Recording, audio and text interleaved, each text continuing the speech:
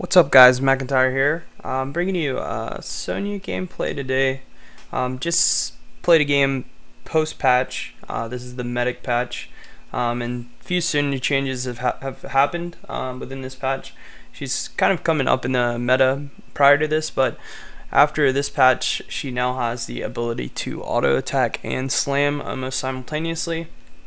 Which I think is going to really strengthen her in Hero League. I had a lot of people request to see a Sonya gameplay video here, and I just had a really good one, so I decided to kind of go over it, talk about builds, talk about gameplay and positioning in team fights, and kind of pushing your advantage once you get ahead on Sonya. So we're going to start the game up, and I'll kind of talk about things as we go along. So right off the bat, something that's important is just taking a look at the other team. They're very auto attack based between both the Rainer and the Hammer. So I normally go Shot of Fury, and a lot of people are going War Paint, especially now that you can auto and slam at the same time to sustain yourself. But in this game I chose to actually take Block level 1. We'll see later on in this game actually Block saved my life a few times. So as I said before, I chose to take Block. I did not regret it. As this game progresses, you'll see why. But basically, yeah, right from the start of the game, you know, my team's kind of doing some weird rotations. I almost killed a Hammer, but I've decided to kind of stay mid, see what happens.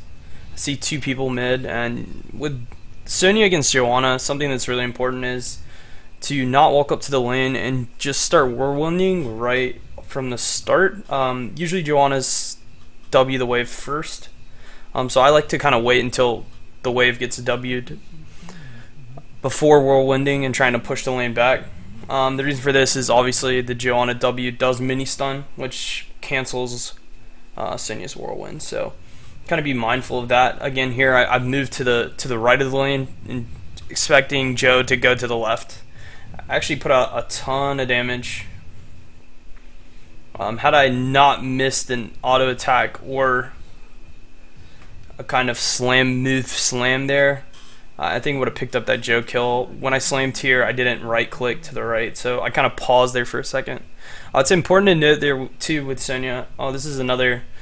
I assumed KT would rotate, but he didn't have vision of me, so we actually missed a kill there because I was greedy with my spear. It's very important, especially early game, to connect with that spear. So I was assuming KT was kind of standing in this corner, but he was kind of down here. So just you know, trying to guess too far ahead. I should have been a little more safe about that. But their team does rotate down, so I'm gonna stay down here. Stitches I see is soaking mid. Not important for me to be mid. I miss another spear here on KT.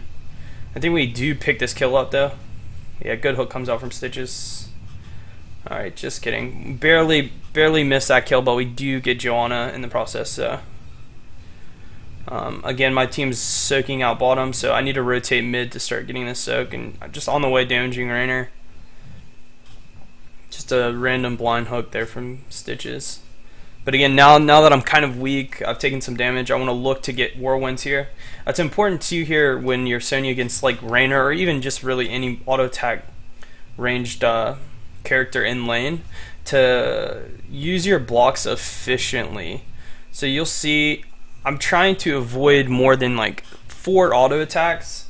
I mean, 2 would be the sweet spot, right? Because you get the block 2, but you know, sometimes taking 3 isn't too bad. But anything past 4 I would say is bad. So 1, 2. So both of those don't really deal much damage. That third one does.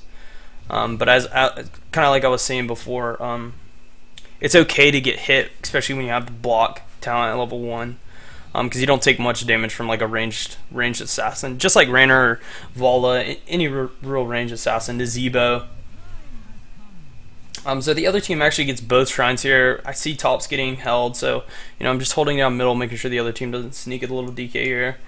2 people, I think, on the other team rotate all the way up. We have a skirmish here soon. Just kidding.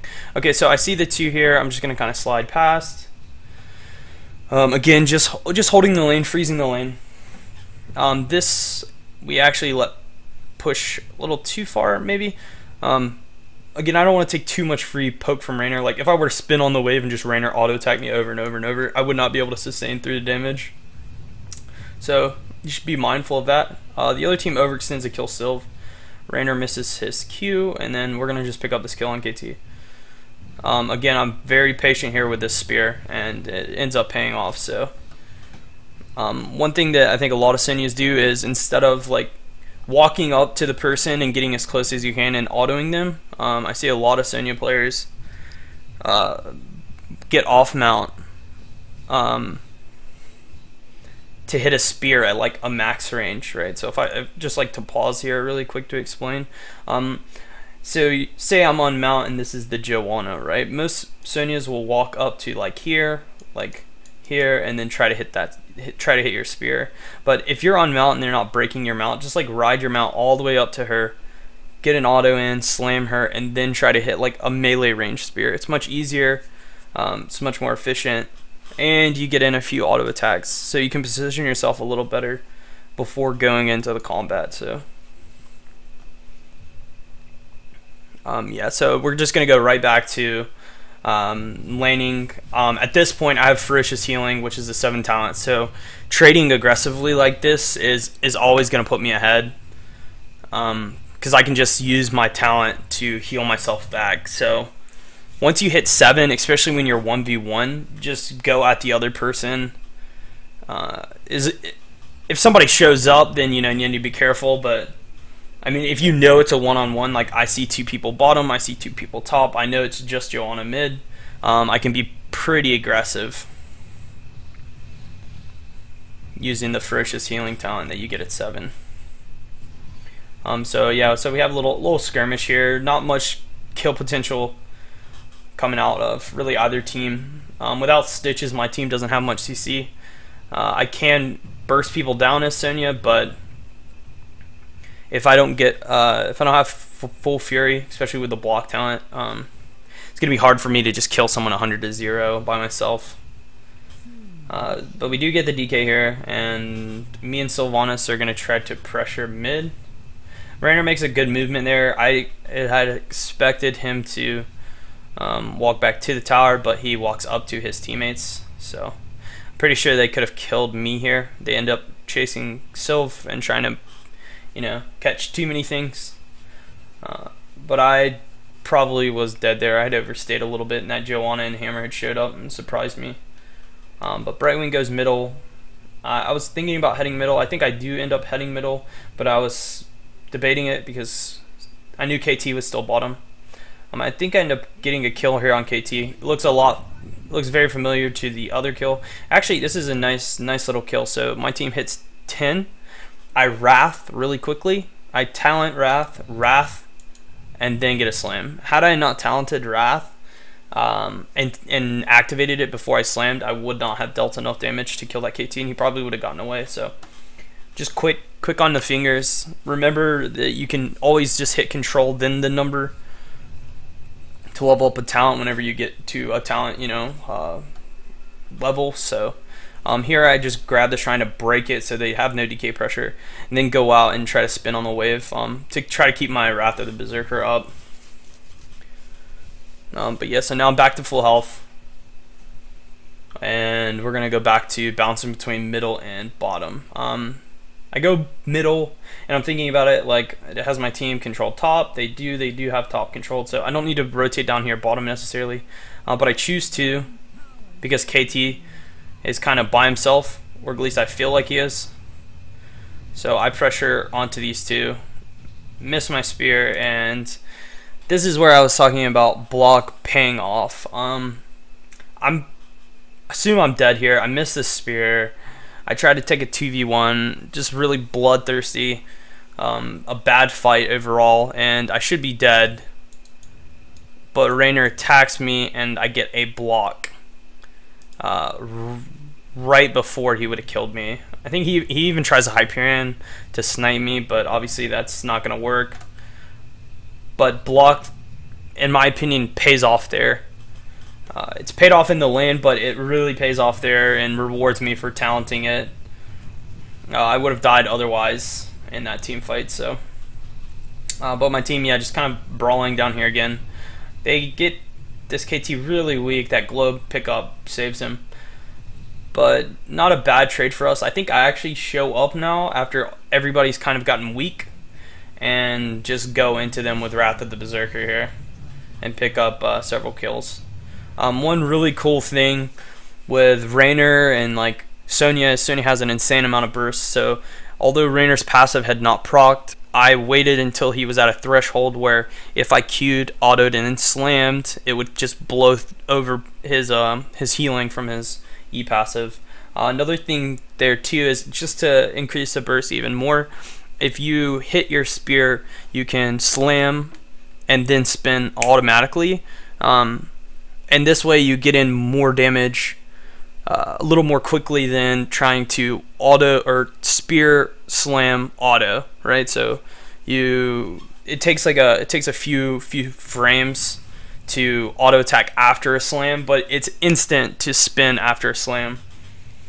So you'll see me do that when I'm really trying to burst the enemy or the enemy is kiting away from me. So it's much harder to like orb walk or stutter step or whatever you want to call it when somebody's running away from you. And to avoid that, you can just spear.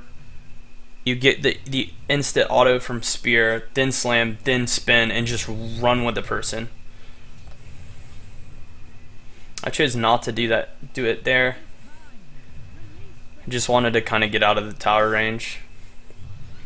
But here they kind of walk into us and just get destroyed. You'll also note here, I choose not to whirlwind like I was just talking about, because I was in a position where they're not going to kite past me, and if you whirlwind, you actually become like you can be walked through, right? So if I had whirlwinded there, the body block that I had, the body block advantage over both of them, would have gone away because they could have just walked right through me. So another reason not to use whirlwind in this case is because you have a positional advantage, and by whirlwinding you give the enemy an out. So just kind of clog up this exit and just slam my way to victory. So two kills for free pretty much. Brightwing did a good job baiting that, or maybe the other team just didn't respect me being there. But overall, I think those are really important kills. So at this point too with Sonya, once you get really far ahead, and especially in Hero League games like this one, it becomes incredibly difficult for the other team to deal with the Sonya pressure. So you'll see here now that I'm a few levels up, I'm going to look to really push that advantage.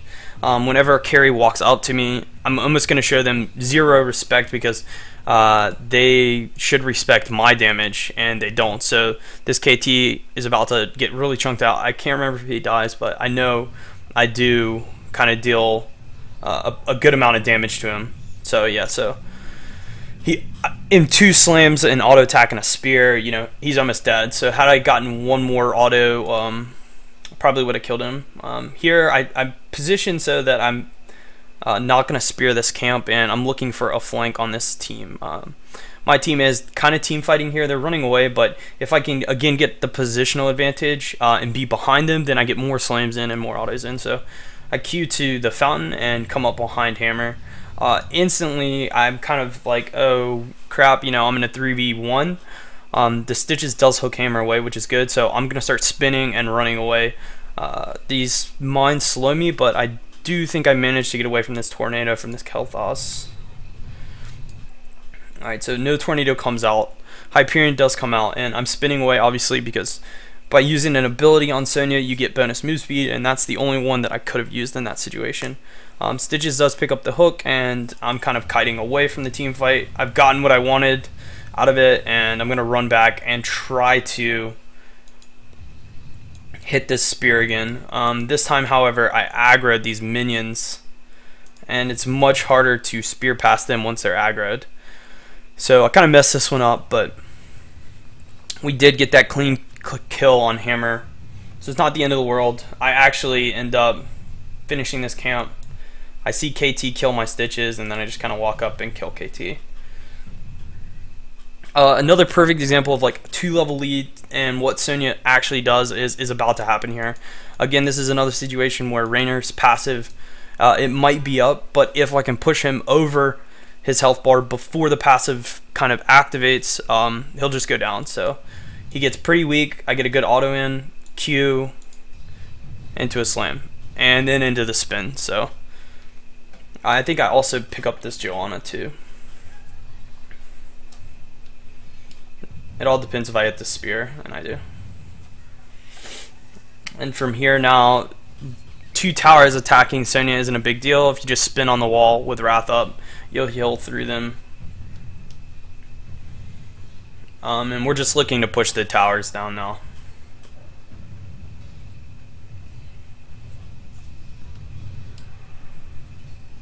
This is again another example of them not respecting the Sonya damage. So if we just go back really quick and look at this Kael'thas, at this point we are 3 levels up, but Kael'thas comes up to, I guess, ignite me with his passive and his W, and you can see here there's this little thing that you can do on Sonya that outplays a lot of people, and you kind of look like you're running away from them, and then they come into you to cast spells or hit you or whatever, and then you instantly turn on them with a Q. So Kael'thas was kind of chasing after me, right? You can see them both auto-attacking me and casting spells, and then they come close enough that, you know, those few seconds where I'm running away and then cut right back into them, they don't react to it. So KT gets hit by the spear, get an auto, get a slam, do my spin combo like I was talking about before to kind of move with him now.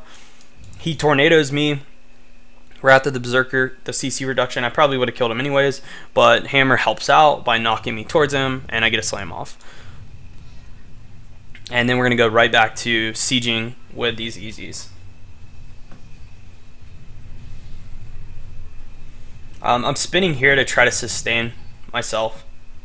Instead of slamming right from the spear, I wanted to make sure that I could whirlwind and just start healing automatic, or like right after I hit the spear.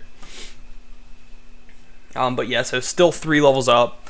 Incredibly powerful at this point. As you can see with the KT, if I hit a spear with 2 slams and a whirlwind, at this point I should be able to kill basically all the carries on their team. We know Hammer and Joe are both here. So just another kind of damage check. This is a Joanna, right? And we're just going to smash through them. Want to make sure that you hit the spear. There's another slam spin combo.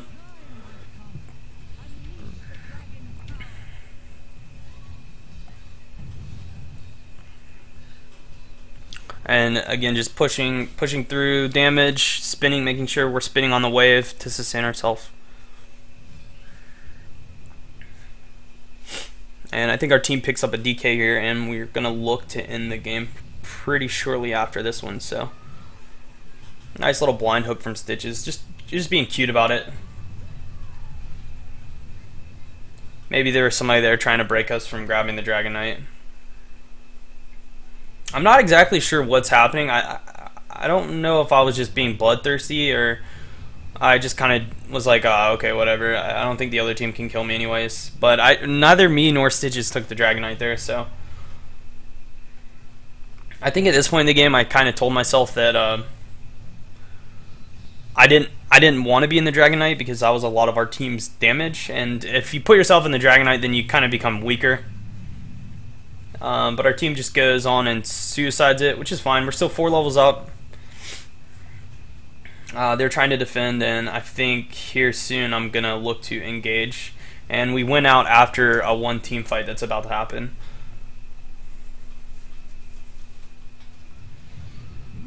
Yeah, so our Dragon Knight goes down. We do have Sylvanas, who pushes really well.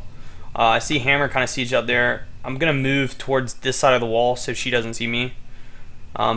And I was going to look to rotate onto her, but she's not there, so we're just going to push through now. I think I get another catch on one of these carries that play too far up. We should be abusing Sylvanas. We go to do easies and push with those instead.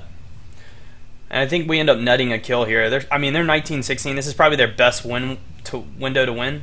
Okay, yeah, so Stitches hits a good hook. I'm going to Q over, use my Mystical Spear talent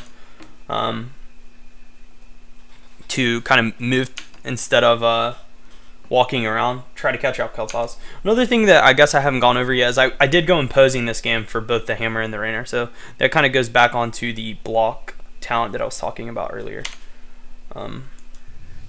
Because of those two heroes. But yeah, so now that we have the easies, we're going to look to push bottom. A few kills here might turn into a GG. So knowing that, I'm going to look to play very, very aggressive. Sylvanas gets really good poke down. Falstad hits a great ultimate as well, so KT's already dead. And so this is where I'm saying to myself, we're level 20, I can use Harden under the core. Stitches hits a great hook, I get a follow-up spear. Joanna goes down. And at this point, you know, I still have Hardened, I still have everything up. Stitches balls, we pick up Hammer, and you know, they're all dead, and that's the end of the game. Hopefully you guys enjoyed the gameplay and commentary. If you did, make sure to throw a like on the video below. You can always check out both my Twitch channel, which will be located below, and you can always follow me on Twitter if you have any questions. I do also have a tier list and build list if you're ever curious about those, which are located below in the description as well. Again, hopefully you guys enjoyed. Maybe you learned something from it. I think right now Sonya is in a wonderful, wonderful spot. She actually will probably get nerfed, which is hilarious to me because nothing really changed about her except the heroes that people are picking. And I think people finally figured out that she's a lot stronger than they originally thought. Maybe they figured out how to play her to her fullest. So I think it's really exciting. This is one of my favorite heroes in the game, and I'm looking forward to seeing how people continue to utilize her in competitive and in Hero League. But with that said, again, hope you guys enjoyed the video. Again, throw a like on the video if you did enjoy it, and I will see you guys on another video soon. All right, thank you.